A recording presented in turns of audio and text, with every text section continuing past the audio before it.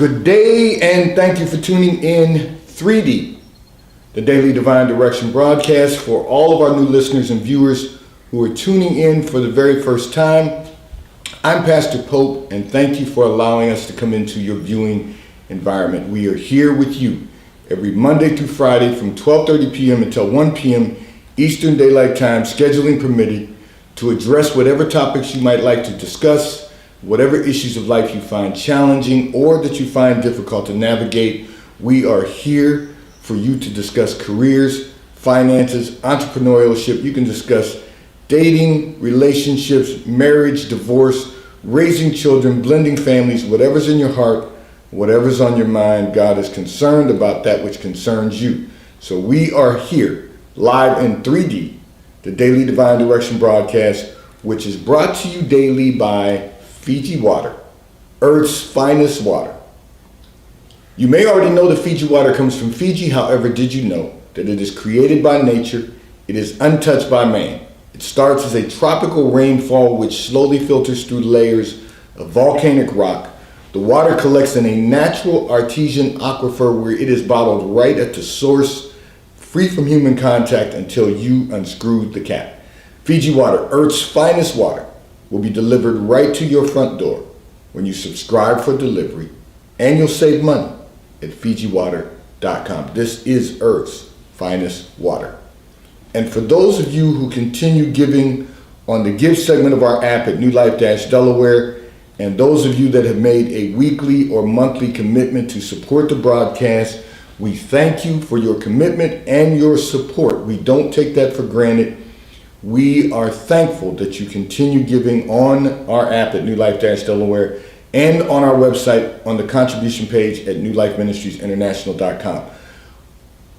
There is a significant amount of infrastructure involved in being on the air 6 days a week, and we know that we could not do this without your support. So thank you for continuing your commitment and your support, and we thank you as we fulfill our commitment to God to fulfill His desire that you'll have a place to hear from God in 3D, the Daily Divine Direction broadcast. So I'm going to begin by, first of all, saying to all of our listeners and viewers, I want you to be prepared.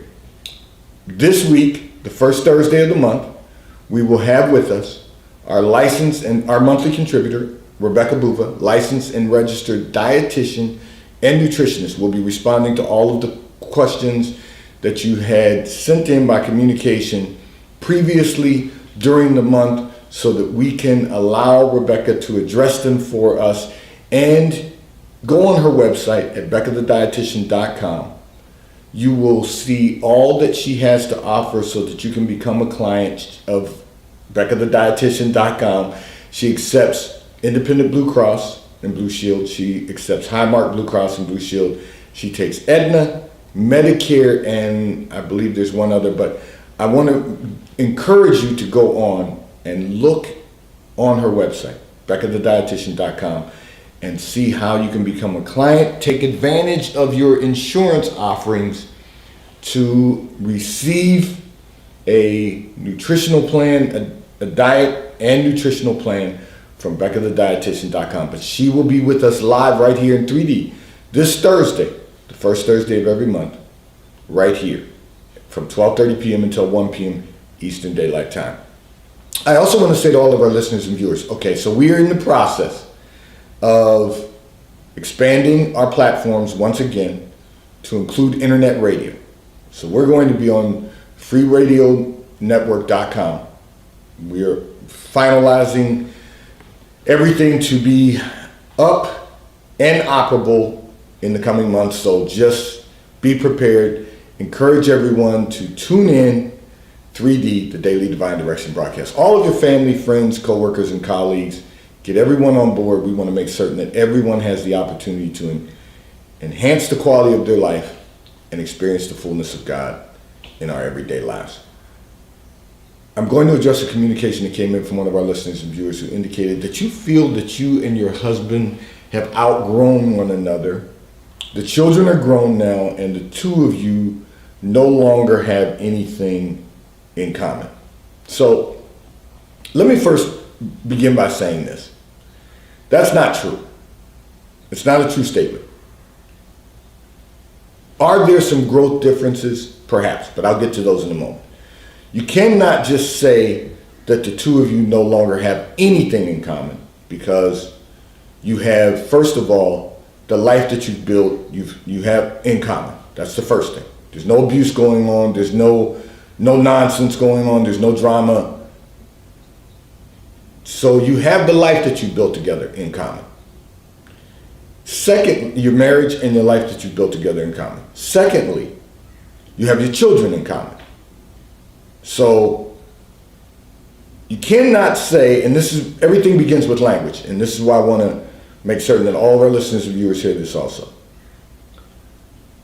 You cannot just say you no longer have anything in common, because you do have some things in common. Whether you divorce or not, you still have some things in common.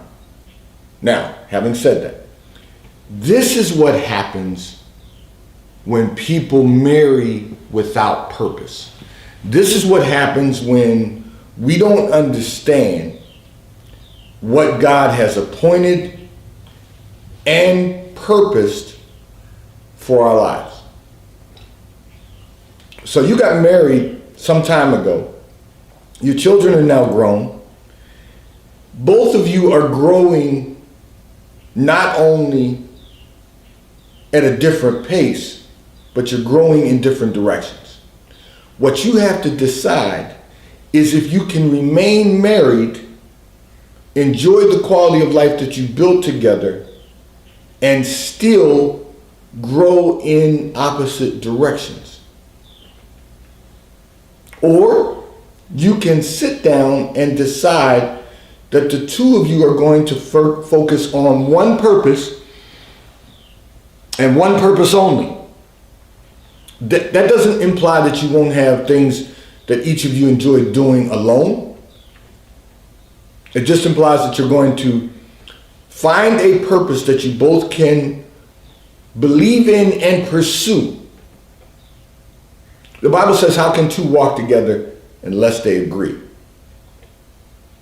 So what we have to determine, is there one purpose that we can both focus on that will allow us to enjoy the life we built together while still pursuing and enjoying those things that you desire to enjoy in life? Now, having said that, I want to make certain that everyone is on board, because I'm having a little technical difficulty here. But the point to this is, we have to recognize that when we get married, if we don't have the same purpose, the marriage is, in most cases, 50% of the time, let me just use that statistic, is not going to last. And the reason we know that is because the statistic shows that 50% of marriages do not survive. You both are growing at a different pace. You're growing at a different pace intellectually. You're growing at a different pace spiritually. One of the things that I have been saying since the start of this, since we went on the air with the broadcast, is that we have to marry on a mission. We have to date with a purpose and marry with a mission. Now let me tell you what that looks like, because this will bless your life and enhance the quality of your life. So we date with a purpose. We have to really be dating for the purpose of someday getting married. We date with that purpose in mind. We don't date for entertainment. We don't date for a free meal. We don't date for social activity. We don't date, meaning sport. We're not sport dating. Most of society is, but that's not going to accomplish the big and complete the big picture. So we have to date with a purpose. That's the first and foremost. And that purpose is to find out if this is the person that God has appointed for your life. That's the purpose for dating. Is this the person who God has appointed for my life? And now the way that I find that out is, are we walking together in agreement? So, do we have the same vision for life? And when I say that, meaning you may have already and should have already developed a 7-year plan, 14-year plan, 21-year plan, 28-year plan, 35-year plan, 42-year plan for your life. 49-year plan for your life. That's something we should do from the time that we graduate from college, because we should be writing it while we're in college and trying to live it, trying to get an understanding of how to live it. But from college, from 21 or 22 on to 49 years, which would put you at age 70 or 71, you should have a plan for your life. And we write that over time. But having said that, if you're single, you are developing and living out the plan until you decide that you are going to marry. Then the two of you should sit down with your plans, examine your plans, and find out if it's possible to merge those plans together and then work the plan. How do you get to where God has appointed for your lives to go? So, I've gone through the scenario of how we date. Go to church together 3 times, go out to lunch together 3 times. You'll know at the end, you don't have to waste any more time or money. You'll know at the end of those 3 dates if this is someone that you want to, and you believe that God has appointed for your life, and you're willing to put in the work, the effort and the work to establish, to build, to establish, and to further a relationship. You'll know at the end of 3 days. We've wasted a lot of time and money dating people over the years who had no purpose in our lives. Now, I know some people will disagree with me because they'll say everybody brings something to the table. It shouldn't even get that far. Let them bring it to the lunch table after going to church and sit down and discuss it. You might know after the first date.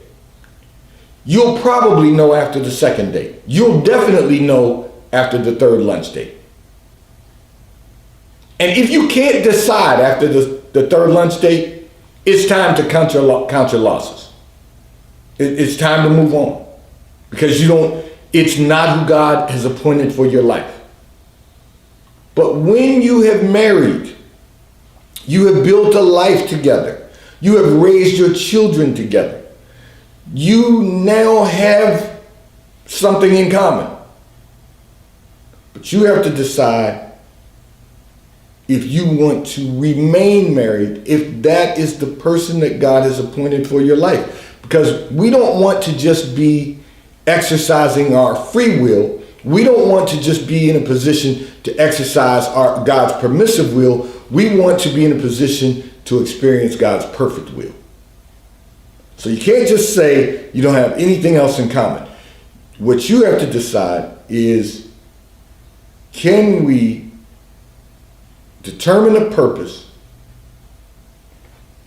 that we can live out together? That's what you have to decide. Forget about all of what society has told us we can do, we have the right to do, and we can do what we want to do. Because that's really not going to enhance the quality of our lives. And it's certainly not going to allow us to experience the fullness of God. We have to allow God to walk us through the process. We have to know that we are in the perfect will of God. So I'm going to encourage you to sit down first of all and find out if there is a purpose that you two can fulfill together. And if you decide at that point that you're going to move forward getting a divorce, then the two of you just need to recognize that what you do have in common is the life that you've established together and for one another. Because when you go your separate ways, if you go your separate ways, you will both have the benefit of the quality of life that you've had together. The problem is then from that moment forward, do you diminish that quality of life? Do you begin to dim that light by going your separate way? And in that, you have to say to yourself, is this what God truly wants for my life? Because one thing that we want more than anything else is to live within the perfect will of God.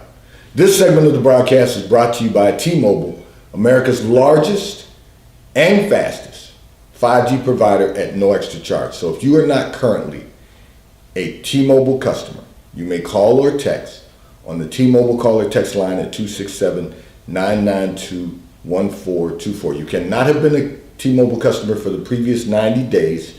We will then place you over into our queue so that you can become a T-Mobile customer and experience America's largest and fastest 5G provider at no extra charge. Taxes and fees are included in your bill, and if you auto pay by attaching a credit card to your account, you will experience a monthly discount on your T-Mobile bill.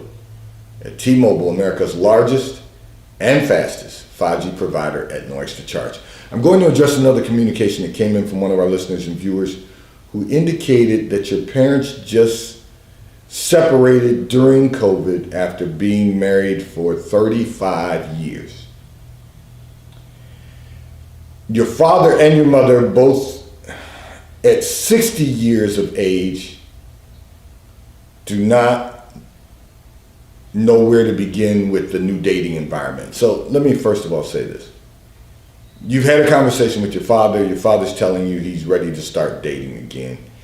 Your mother, you said, doesn't know how to date at 60 because there's a lot of traps out here. Okay. But here's the reality. First of all, your parents have to decide what is the purpose for separating during COVID.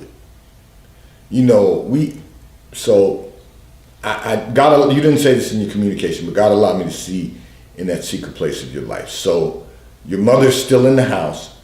Your father has gotten himself an apartment. They've separated. You know, there's some issues there because your father needs some good legal counsel. Well, both your parents do, but you know they have separated and not filed for a divorce yet. Okay. Both of them at 60 are going to find that dating is a whole different environment than it was when they were dating before being married 35 years ago. 35 years ago, they made a decision to become man and wife. And they lived that life for 35 years.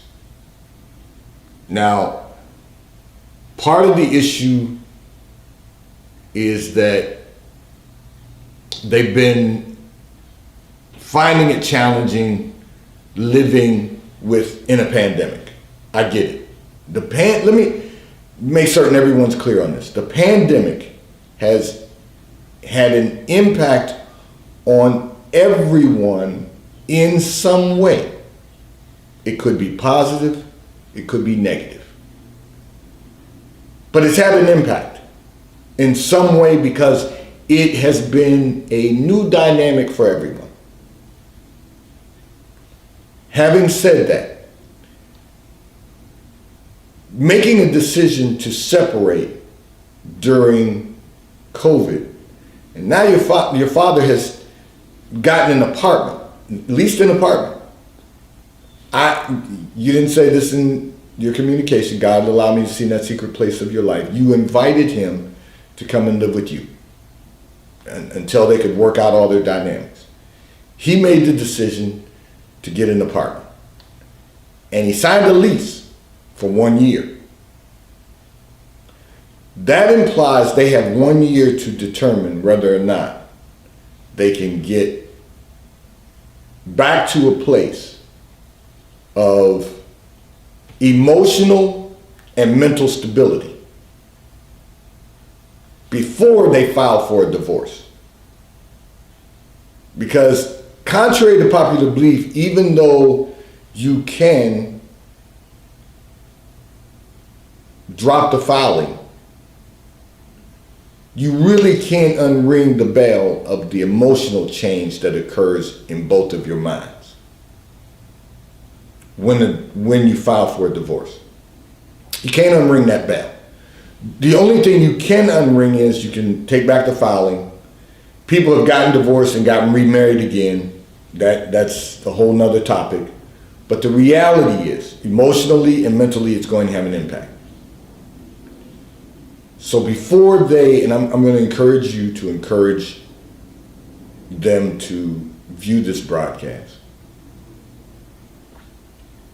But I'm here to tell you today, they'll have the rest of the 12 months of that lease to determine if they can reunite and restore the quality of life that they have enjoyed for 35 years. Because the dating pool can also be a cesspool. The dating pool is, if you look at the people, now we got to understand that, people haven't been out and about as much during a pandemic.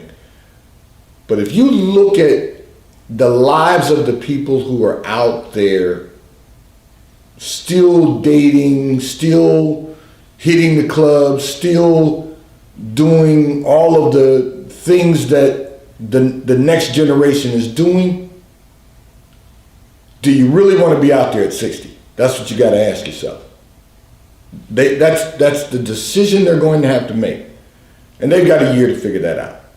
Because the reality is, first of all, your father and your mother are a young 60. To God be the glory. We're really keeping ourselves together as we get a little older. We're really trying to focus on keeping ourselves healthy and well.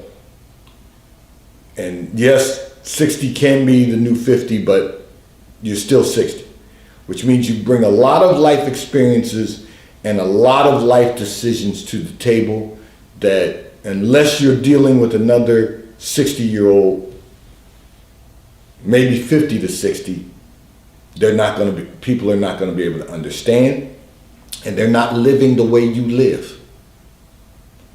And truth be told, they don't have the mindset to live the way we live at this age group. Now, I'm in my 60s, and I can tell you what I see from all of the communications that come in about young people and about people that, boomers, our generation, the millennial generation. There is definitely not just an age gap, there's a disconnect. Because the generation behind us is not the same as our generation. They don't think the same, they don't behave the same. It makes it a lot more complicated. Your parents have a year to figure this out. Encourage them to do so. Encourage them to really examine the quality of life that they built together and live out the best quality of life that they can possibly enjoy. This segment of the broadcast is brought to you by Charles Tyrwhitt, located in London, the UK. They also have stores in New York, Chicago, Washington, D.C., and at the King of Prussia Mall in King of Prussia, Pennsylvania. So if you're in any of those areas, check for their store hours, stop in at the retail stores. They have everything a man could possibly need shirts for men, ties for men, suits for men, and accessories. I'm in Charles Tyrwhitt attire today. And The White Company, located in London, the UK. They also have a store on Fifth Avenue in New York, and they have a store at the Short Hills Mall in Short Hills, New Jersey. If you're in either of those areas, you can check for the store hours, stop in at the retail stores. They have everything you could possibly need: home goods, clothing for men, women, and children. Both Charles Tyrwhitt and The White Company, if you're not in their areas, you can order online from ctshirts.com or from thewhitecompany.com. Both stores will ship and deliver right to your front door in an appropriate period of time. I'm going to address another communication that came in from one of our listeners and viewers who indicated that your daughter is 16 years of age and no longer wants to attend church, and you want to know, how do you make her realize the importance of attending church? You know, you might want to share some things with your daughter. Listen, I can make it real simple for you and say, your house, your rules. That's a real simple answer, because you want to make sure that your house is filled with the Holy Spirit and not the spirits that a teenager might be able to pick up and bring back into your household. Okay. But having said that, you might want to do some research and review the research with her. You know, you might want to help her to understand, and that doesn't mean that she gets a choice. That just means that you want to help her to understand why it's so important to you that she attends church. And you can explain to her, when she goes off to college, she can make her own decision, except when she comes home. When she comes home, you'll decide what's going to be done in your household. But the reality is that, how about this one?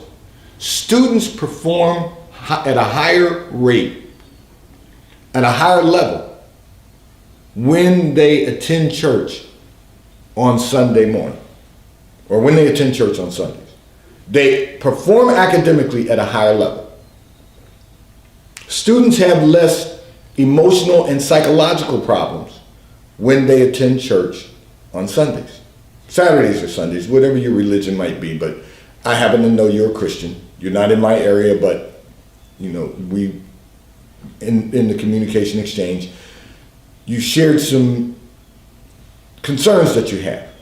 But you can address those concerns, because you can help her to understand that she'll deal with less emotional stress, less emotional issues when she attends church consistently on Sundays.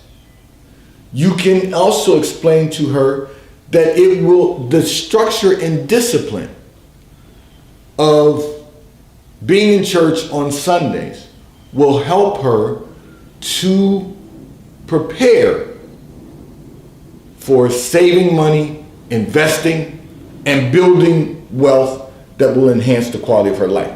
If you're attending a Bible-based church, all of that is going to occur in her life. You explain to her that she will be able to elevate her life to another level over other teenagers 16 years old by attending church, who don't attend church, by attending church on Sundays. She's going to have better, let me rephrase that. She's going to have more significant college entrance options because she attends church on Sundays, every Sunday. You see, we as parents mess things up. Let me just keep it real with you. We don't require our children to train up a child in the way they should go, and when they grow old, they won't depart from it. We don't require them to attend church because we don't want to make them uncomfortable. We want to be their friends. and not just their parents. We want to be parents and friends. So we don't require them to attend church. It's different if they're working. But if they're working, you should also ask them to ask their manager if they can have a later schedule so that they can attend church on Sundays. There are things we can do to begin building a better quality of life, and it's better to start early than to wait until you're 50 trying to figure that out.